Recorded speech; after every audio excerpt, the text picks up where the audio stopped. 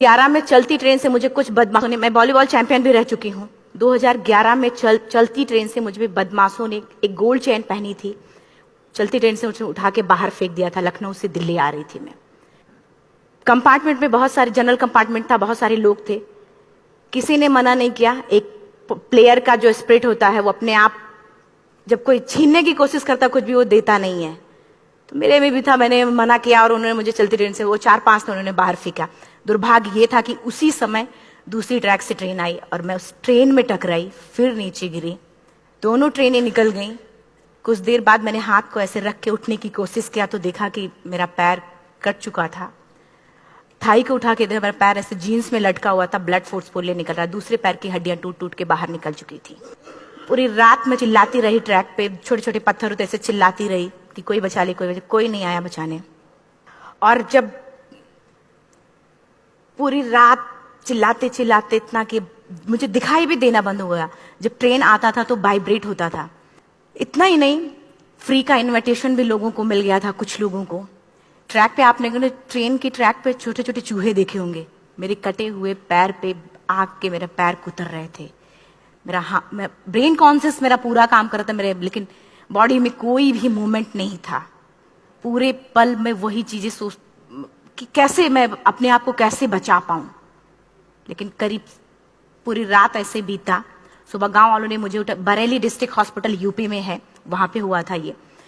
सुबह गांव वालों ने मुझे उठाया, डिस्ट्रिक्ट हॉस्पिटल ले जाके रखा। तो फार्मासिस्ट, डॉक्टर, सीएम, जितने लोग थे आपस में बातें कर रहे, अरे हमारे पास तो एनेस्थीसिया नहीं है, ब्लड नहीं है, इसका इलाज शुरू करें तो हम कैसे करें। मुझे भी नहीं दिखाई तो नहीं, लेकिन मेरा सुनाई दे रहा था सब कुछ वहां पे। कहां से हिम्मत आई मुझ में, मुझे भी नहीं पता। मैंने बोला वहां पे कि सर जब मेरा पूरा पैर कटा, तब मैंने इतनी देर रेलवे ट्रैक पे थी, मैं उस चीज को बर्दाश्त किया, तो अभी तो आप मेरे अच्छे के लिए मेरे पैर काटेंगे। शायद आपको यकीन नहीं होगा, या फिर कभी आप लोगों ने ये चीज नहीं देखी, कोई डॉक्टर या फार्मासिस्ट अपना ब्लड दे के किसी पेशेंट को बचाया।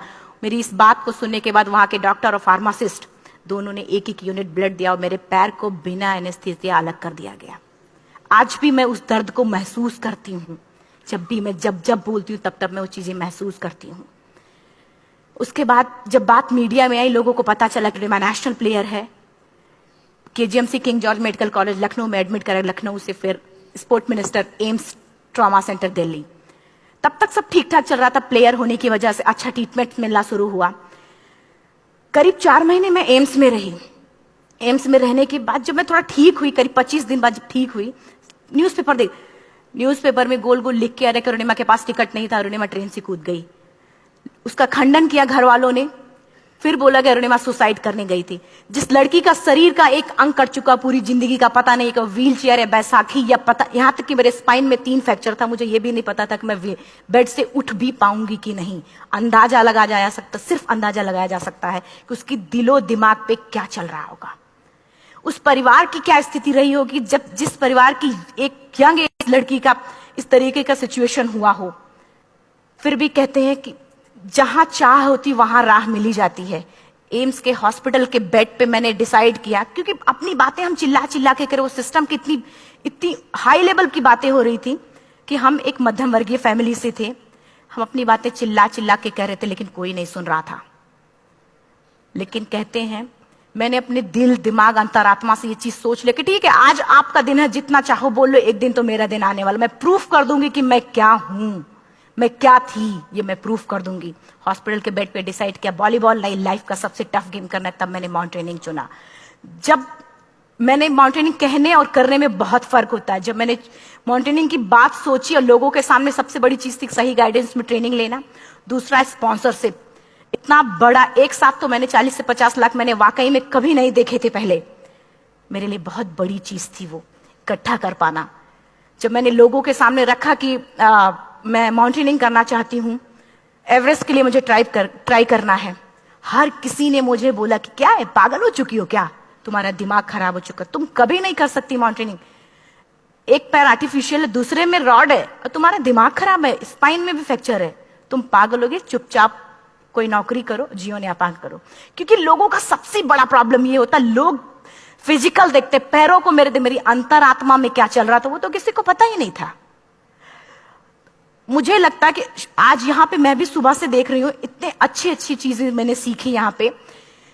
बहुत बड़े बड़े स्पीकर को शायद आप लोगों ने भी आज मैं भी आपको यहाँ पे चाहे जितना मोटिवेट करूं, चाहे जितना चीजें मैं बताऊं, लेकिन मुझे लगता है सबसे बड़ा मोटिवेटर कौन होता? आप खुद। जिस दिन किसी भी लक्ष्य के प्रति आपकी अंतरात्मा जाग गई, आपको कोई नहीं रोक सकता उस लक्ष्य को पाने में। ये मैं किताब से बातें नहीं बोल रही हूं, ये मैं एक एक पल मैं कोई भी किताब की बातें नहीं, एक एक पल आज जो मेरा 26 साल का एक्सपीरियंस है वो मैं बता रही हूं सिर्फ आपको। उसके बाद किसी तरीके से मैनेज किया मैंने। भाई साहब, मेरा परिवार मेरा बैकबोन था। परिवार ने मुझे, भाई साहब ने मुझे कहा कि मैडम बछेंद्री पाल जिन्होंने 1984 में एवरेस्ट समिट किया, उनसे मिलते हैं, वो जरूर कुछ ना कुछ करेंगे।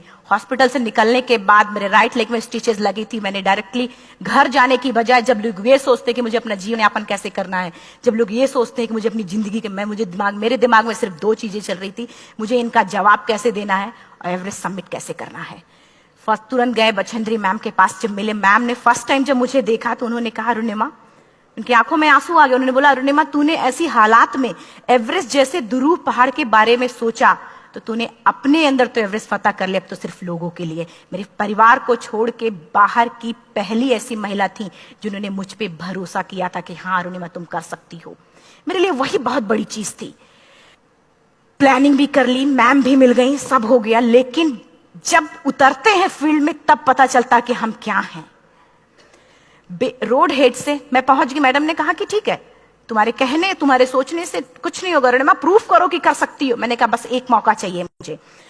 वाकई में जब मैं माउंटेन में पहुंची, रोड हेड से बेस कैंप लोगों को 2 मिनट लगता था, मुझे 3-3 घंटे लगते थे, क्योंकि मेरे राइट लेग की हड्डियां भी नहीं जुड़ी थी। लेफ्ट मेरा आर्टिफिशियल लग चुका था, लेकिन स्टंप एकदम रेड, उसका मतलब घाव एकदम नए थे। मैं अगर पैर रखती थी तो मेरे पैर से जोर से अगर दबा देती थी तो पैर से मेरे ब्लड आने लगता था। सारे लोग नॉर्मल थे वहां पे। हर कोई ये बोलता कि एक पीक के लिए जाते थे तो हर कोई मुझे ये बोलता कि अरुणिमा, तुम धीरे धीरे आओ। मेरे दिमाग में हर बार यही बात चलती थी कि क्या है, मैंने एवरेस्ट का प्लान किया, मैं इनके बराबर भी नहीं चल पा रही हूं। खुद से संकल्प लिया कि कोई बात नहीं, एक दिन ऐसा आएगा कि मैं इनसे पहले जाऊंगी। और आपको शायद यकीन ना हो, आने वाले 8 महीने बाद पूरा का पूरा वेट उठा के बेस कैंप से साथ निकलते और टॉप पे पहले पहुंचते। ऐसे करके देखते थे कि अरे ये लोग तो पीछे। खुशी होती थी। उससे भी ज्यादा मुझे खुशी तब होना शुरू हुआ जब वो सारे लोग आके मुझसे ये पूछते, मैडम खाते क्या हो, बता दो। पैर नहीं है फिर भी कैसे चलते हो। उसके बाद पूरा मुझे स्पॉन्सरशिप मिला। मैं जब एवरेस्ट के लिए गई, मेरे लिए सबसे बड़ा, एवरेस्ट की जर्नी में मेरे सबसे बड़ा चैलेंज यही था कि दूसरे को समझा पाना। मैं नहीं समझा पाती कि भाई मैं कर सकती हूं।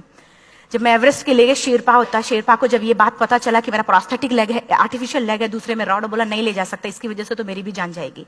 मैडम ने, हमने सबने कन्विंस किया किसी तरीके से। मन वाकई में जो टीवी में हम और उसमें फोटोज में देखते हैं, ब्लू और ग्रीन आइस, हिला देने वाला होता। जितना सुंदर दिखता उतना ही हिला देने वाला होता। जब मैं हमारे ग्रुप में 6 लोग थे, रॉकी एरिया तक मैं सबसे पहले थी, लेकिन जैसे ही मैं ग्रीन और ब्लू आइस में गई, मेरा आर्टिफिशियल लेग स्लिप कर जाता था। फ्रंट पॉइंटिंग से, जब मैं फ्रंट क्रैम्पोन से फ्रंट पॉइंटिंग मारती थी, लेफ्ट से पेन होता था तब भी करते, लेकिन आर्टिफिशियल जैसे फ्रंट पॉइंटिंग मूव हो जाता, मेरा पैर ही मूव हो जाता था।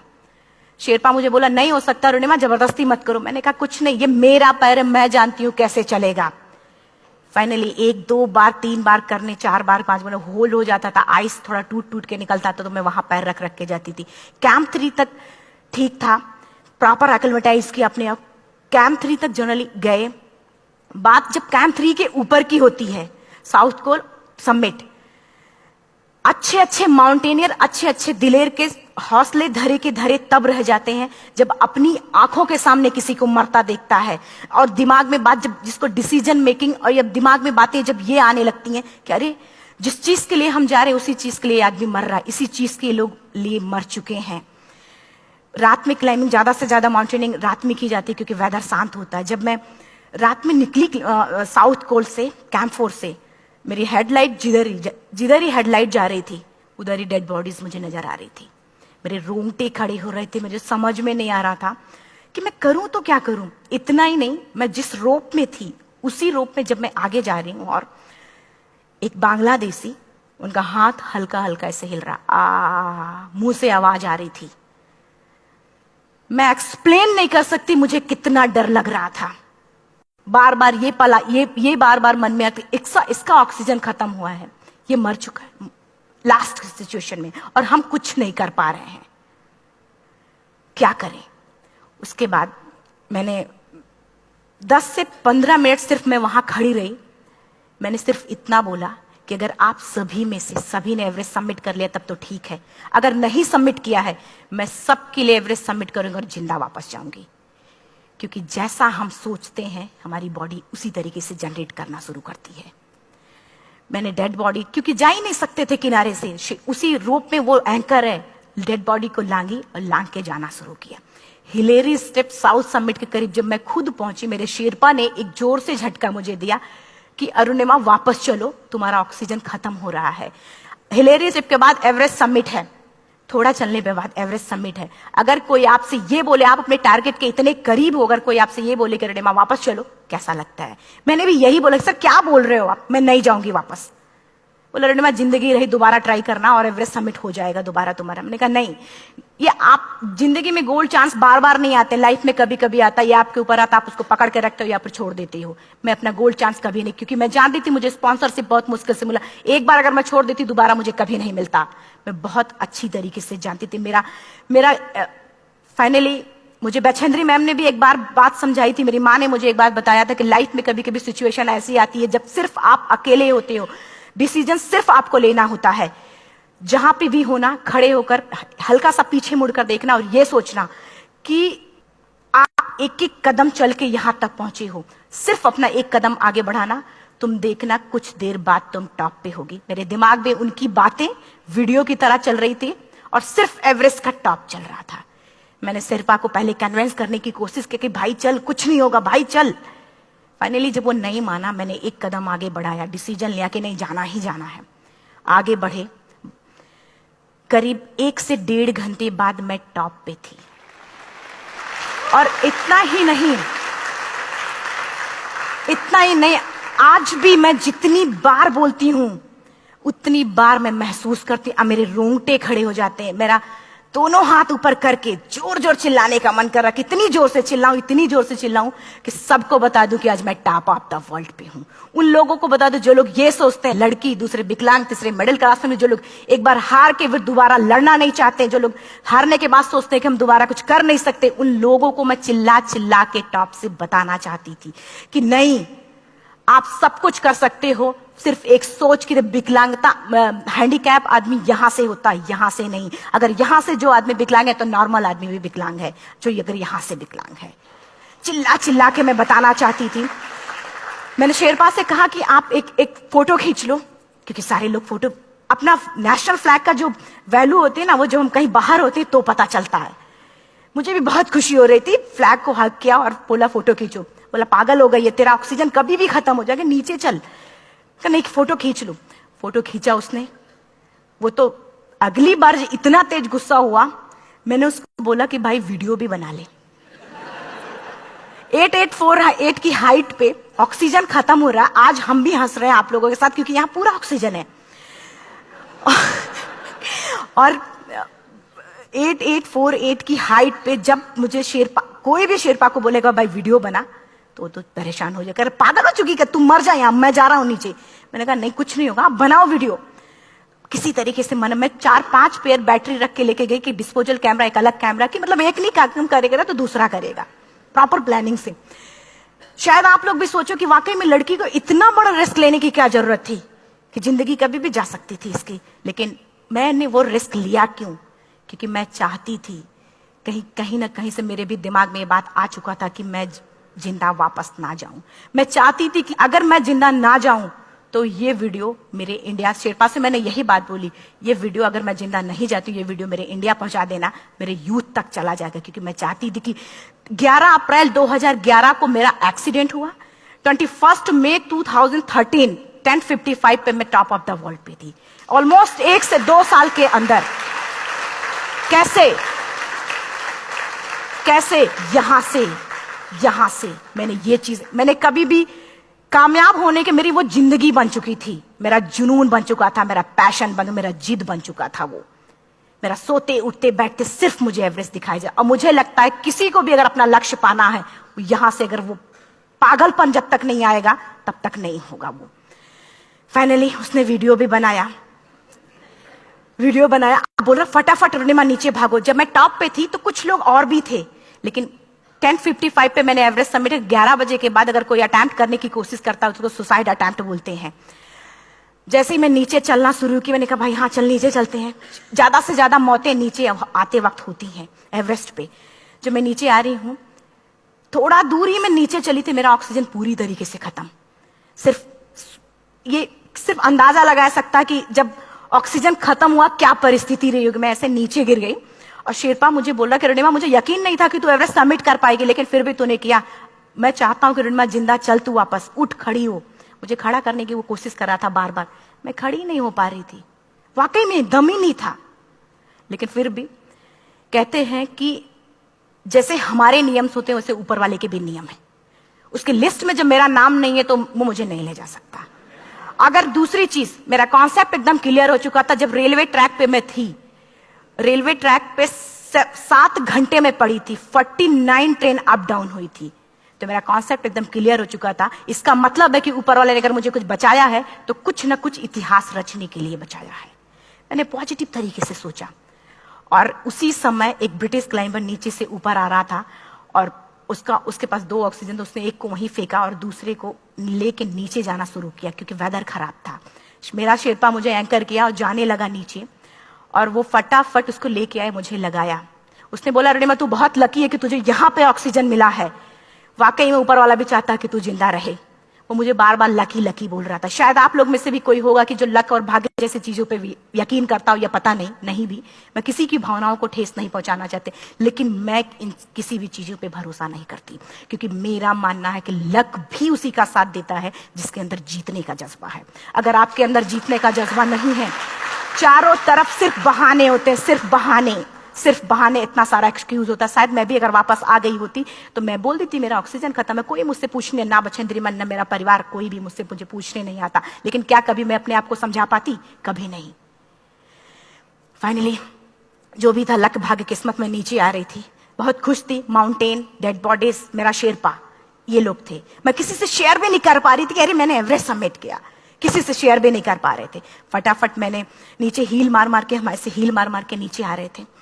एकाएक मेरा प्रोस्थेटिक लेग, पूरा का पूरा लेग ही निकल गया। -60 डिग्री तक टेम्परेचर डाउन हो जाता है एवरेस्ट पे। मेरा हाथ वगैरह ये सब ऐसे मूवमेंट, ऐसे मुड़ नहीं रहा था, ब्लड निकलने लगा था, ये सब यहाँ पे। मुझे शेरपा से मैं बोल रही हूँ कि ऑलरेडी मेरा पैर कटा हुआ है, अगर दिमाग में ये बात है कि मेरा हाथ भी काटना पड़ेगा, कैसा लगेगा मेरा दिमाग। क्योंकि ये ऐसा मूवमेंट, रेड 3 स्टेज होती हैं। रेड मेरा हो चुका था, रेड, ब्लैक, ब्लू, ब्लैक हो तो काटना पड़ेगा। तो बार बार मैं बोल रही हूँ शेरपा से कि भाई हाथ मेरा कुछ हो रहा है, इसमें मूवमेंट नहीं हो रहा है, यहाँ सबसे ब्लड हो रहा है। बोला अरुणिमा कुछ नहीं, जितना नीचे जाएंगे उतना अच्छा होगा। प्रोस्थेटिक लेग मेरा निकल चुका है, मैं रुकी हूँ, मेरा ऑक्सीजन चल रहा, बड़े मुश्किल से लक भाग्य किस्मत जो भी था मुझे मिला था। शेरपा मेरे आगे है, लास्ट मोमेंट तक वो मुझे बोलेगा, अगर वो मैं नहीं चलती वो मुझे छोड़ के चला जाए। गलती उसकी भी नहीं होती, क्योंकि वो क्या करे क्लाइंबर की वजह से, या तो अपनी जान वो भी दी, गलती उसकी भी नहीं है। लास्ट में मेरी आंखों से आंसू निकलने लगा। मैंने सोचा क्या करूं अब, रोने अपने आप आंसू ने कहीं ना कहीं से आ ही जाता है। दूसरे पल मुझे समझ में आ गया कि रोने धोने से कुछ नहीं होगा। मैंने आंसू को पोंछा और रोप, जो मेरी रोप थी, रोप को पकड़ा, दूसरे हाथ से आर्टिफिशियल लेग को, पैर को घसीट घसीट के चलना शुरू हो गया, क्योंकि मेरे पास यही था। ये तो दूसरा था, गिव अप कर दो ही चीज थी।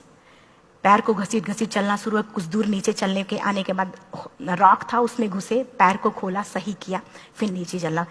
Camp 4 to summit to camp 4 3,500 feet है, और इसमें टोटल जनरली लोग 16 से 17 घंटे में समिट कर लेते हैं। मुझे टोटल 28 घंटे लगे थे। हर माउंटेनियर, चाहे बाहर का या फिर इंडिया का, हर किसी ने ये मान लिया था कि अरुणिमा जिंदा वापस नहीं आएंगी। हर किसी ने ये चीज मान लिया था। लेकिन मुझे लगता, जब मैं वापस साउथ पोल पहुंची, जब मैं टेंट का जिप खोला, मैंने हर किसी ने कहा कि अरे तू यहाँ है, हम तो सब सोच लिए थे तू चली गई। हर किसी ने ये बोला था। फिर सब खुशी मना रहे थे हम सब। देखिए, ये सब बताने का मेरा सिर्फ एक मकसद था कि सब कुछ हम में है, हम जैसा चाहें वैसा कर सकते हैं। ऑलरेडी टाइम हो चुका है। मैं एक चार लाइन की पंक्ति सिर्फ बोलूंगी। मैं एक्चुअली मेरा एम है कि मैं वर्ल्ड के जो कॉन्टिनेंट है, कॉन्टिनेंट के हाईएस्ट पीक समिट करूं। एशिया का एवरेस्ट हो चुका है, अफ्रीका किलिमंजारो हो चुका है, यूरोप का एल्ब्रूस हो चुका है। 23 नवंबर को मैं जा रही हूँ ऑस्ट्रेलिया हाईएस्ट पीक के लिए। बस आप लोगों की गुड विशेस चाहिए। और 4 लाइन, अभी तो इस बाज की असली उड़ान बाकी है, अभी तो इस बाज की असली उड़ान बाकी है, अभी तो इस परिंदे का इम्तहान बाकी है, अभी अभी मैंने लांघा है समुद्रों को, अभी तो पूरा आसमान बाकी है। Thank you so much, thank you.